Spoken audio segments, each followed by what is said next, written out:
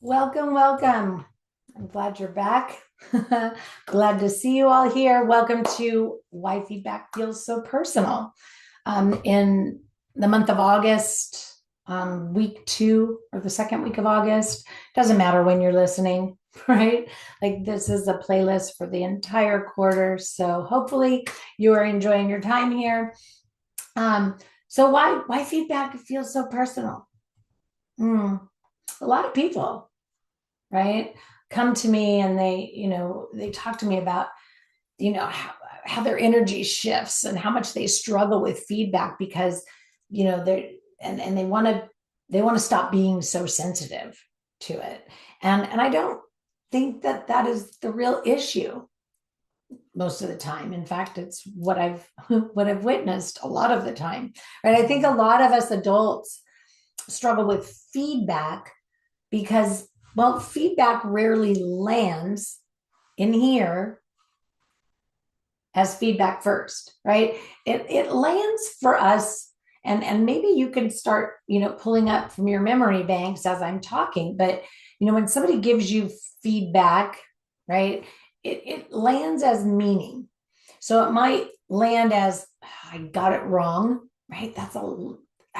I resonate with so many of these things, and believe me when I tell you that this is something that we have to be aware of so that we can actually work on it. But anyway, it comes in and it means I got it wrong. I disappointed someone, right? They think badly of me, even if it's just in that time and space, or I'm being seen poorly. I'm in trouble. I'm being judged. It comes in as, oh, I'm being corrected. I'm losing approval. I need to explain. I need to defend. I need to fix this super fast. Hurry. I need to protect how I'm being seen. Right. So it comes in that way. And it's a very different experience than simply hearing information. So once you understand that, you can stop treating feedback fear, right? Like that fear of, oh God, here comes the feedback, right? Like some small personality issue. And you can start seeing it for what it actually is. And that's, well, for those of you who know me, right, you're not going to be surprised by this, but it's conditioning. It's conditioning. It's your internal conditioned response. Okay. And that's just the deal, right? Like a lot of us are not reacting to the feedback itself. Okay. What we're doing is reacting to what the feedback means to us.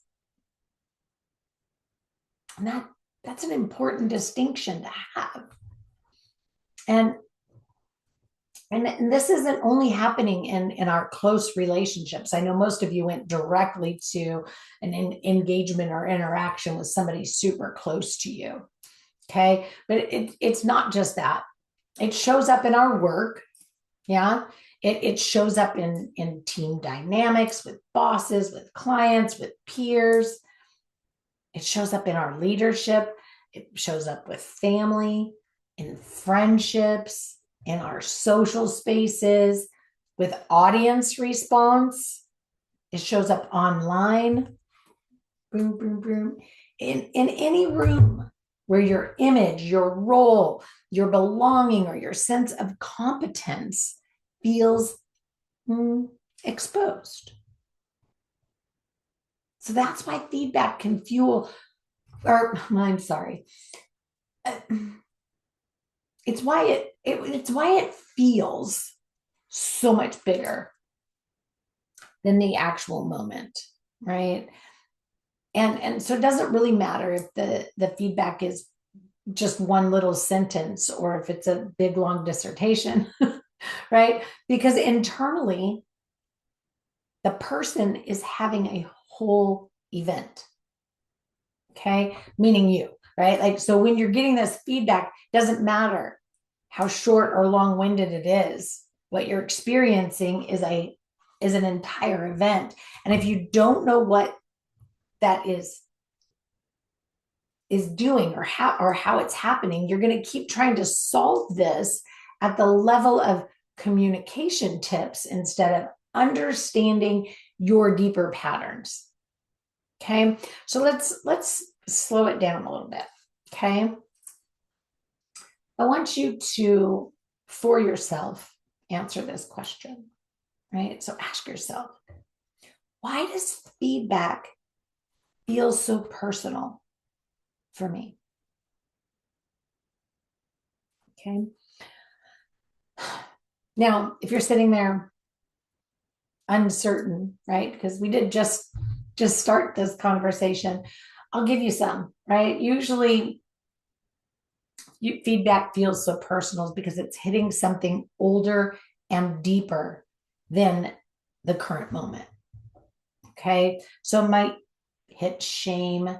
It might hit your fear of rejection. It might hit your fear of disapproval. It might hit the fear of being wrong.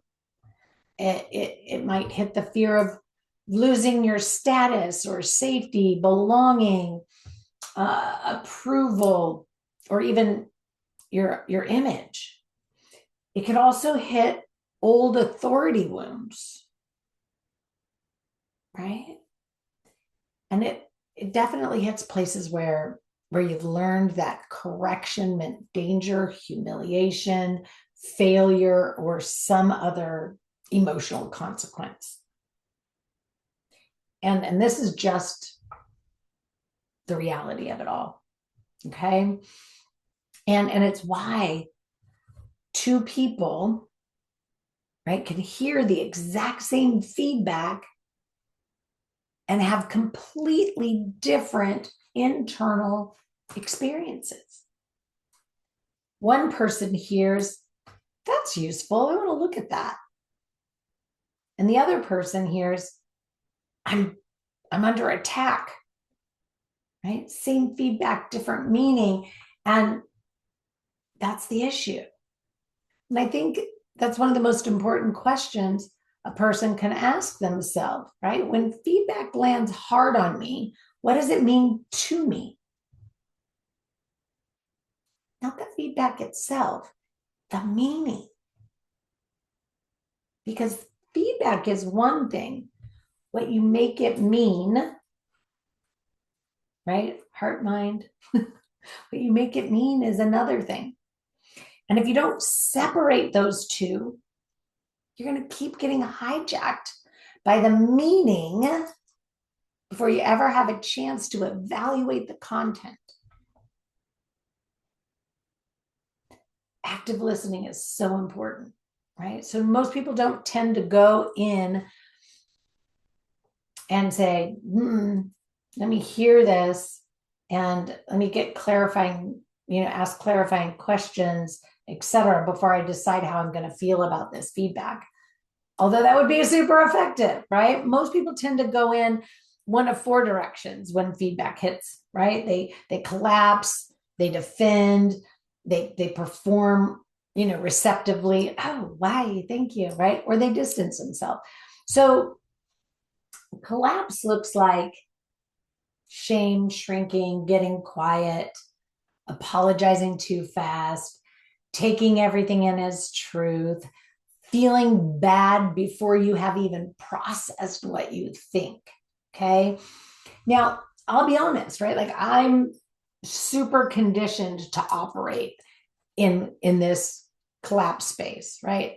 I'll shrink, get quiet, and feel bad, right? Before I even process it. And so that's something that I have to be aware of in myself. Yeah. And then, when defending, right? That's the explaining, the arguing, the protecting your intent, right? Correcting the other person's perception immediately, right? Trying to prove why their feedback is unfair or incomplete. Now, perform receptively. That's a sneaky one. This is when the person looks open, but and they still sound self-aware, they might say the right words and nod appropriately and perhaps keep their face together. Right? I'm not so good at the facial expression part, but internally, right? What's happening internally is they're being flooded, offended. They're building a case, and a lot of times just privately spiraling, right? They're keeping it all inside, and when they lay down all the mental reels, right? The loops, I can't believe they said that, whatever, right? Start happening. Now, distance, right, looks like, I'm suddenly going to get colder. I'm pulling away. I'm shutting down. I'm detaching. I'm leaving emotionally while technically staying in the interaction, right? Meaning emotionally, I'm separating. I'm going to stay in the interaction, but it's going to be, right? You would almost see like that blankness. So none of those, right, are the same as actually receiving feedback, right? That's that conditioned internal response to whatever's coming at you. So what receiving feedback means in reality is that I can hear something. I can stay with myself. I can separate the tone from the content. I can separate the impact from my identity. I can get curious before I get defensive. That's that. Ask for some clarification. And I can decide, right, what is useful without either swallowing the whole thing or rejecting it automatically. That is a much, much higher skill level. And I want to say something, gosh, as clearly or plainly as I can, right? Not all feedback is useful. Right? This is the best part, right? Right? Because here's the deal: some feedback is immature, some of it's projected, some of it's manipulative, some of it is badly delivered. That sound right? Anyway, some is coming from people who are not wise. It's coming from people that are not regulated and not actually grounded in reality. So this is not a conversation about becoming endlessly available to other people's opinions, especially about you. This is a conversation about becoming steady enough to discern, right? What do we talk about? Sit in and move through. What part of this is for me or about me? What part is useful, right? What belongs to somebody else, right? That whole locus of control. Using the energetic boundary system to filter and backing it by healthy limits and limitations, right? That's the work. Not believe everything that somebody says to you, but hear it without losing yourself. It's so much different. So what does that look like in your real life, right? It means slow down the moment. Understand what was actually said. What am I making this mean? What's being activated inside of me? Is there anything useful here? And what would a clean response look like if I didn't collapse or defend?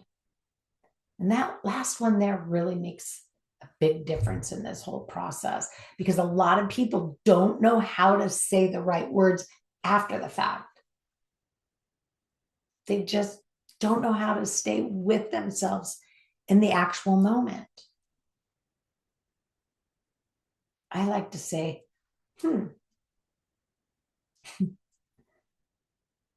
thank you for your input. I'll take it under advisement, right? Move on. But if we don't know how to stay with ourselves in the moment, it gets real messy. So I want to point out something else, right? A lot of people don't only fear harsh feedback, they also fear disappointment. They fear a shift in tone. They fear being misunderstood. They fear the feeling like they missed something. Hear that again. They fear feeling like they missed something. They fear the look on someone else's face.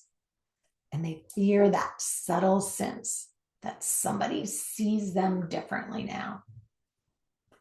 And that's why even very mild reflection can hit hard.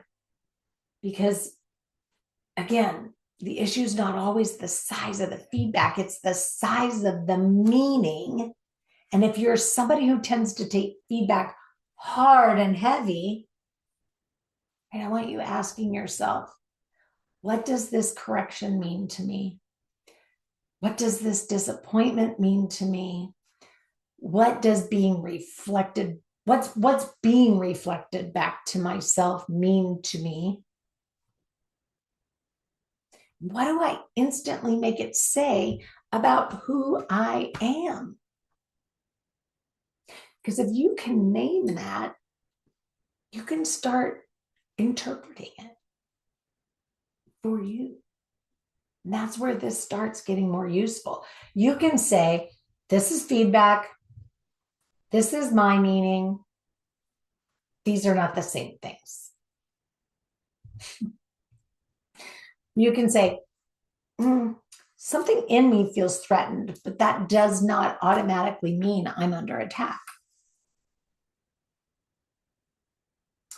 You can say, I don't have to turn reflection into identity. You can say, I don't have to agree with all of this to hear whether some part of it is useful, right? That's maturity, not being unbothered, not becoming emotionally flat, not becoming somebody who never feels anything when they're corrected, but becoming more internally or personally led. Because the goal is not to stop feeling the moment. Again, we got to be able to sit in and move through life. Life is meant to be experienced. It is not meant to be coped through or numbed out or avoided or hidden or shoved down. We're supposed to be living these things. And I think a lot of people need that distinction badly, right? Like the goal is to stop disappearing. You don't need to become somebody who loves feedback by any means, but you do need to become somebody who can survive reflection without turning it into a total internal event every single time. And that's where that steadiness starts. And that matters in every environment. At home, at work, with your clients, with your teams, in a leadership role, right? In your friendships, with your family, in the online spaces you choose to, I don't know, spend time, right? Anywhere human contact is happening and you're being reflected back to yourself. That could be the grocery store, wherever. So here's the questions, right? I want to leave you with. You ready? Pen and a paper. When feedback lands hard, what do I make it mean? What reaction route do I tend to go into first? Is it collapse, defense, performance? Is it distance? What kind of feedback activates me fastest? What would it look like to hear something without becoming it? And what would a steadier response look like in my real life? Because feedback without fear does not mean feedback without feeling. It means feedback without losing yourself. And that's where we keep building. Okay, so if this resonated, this is that public teaching layer inside the Insight and Impact Focus Group. We do take the deeper work even further. And across Totally Emotional Performance, this absolutely connects directly to emotional agility, or being able to live in a state of emotional agility where we create that core foundation and live for yourself first and loving your physical body. Because how you handle reflection is never just mental. It's emotional, physiological, it's relational, and lived. I'll see you next week.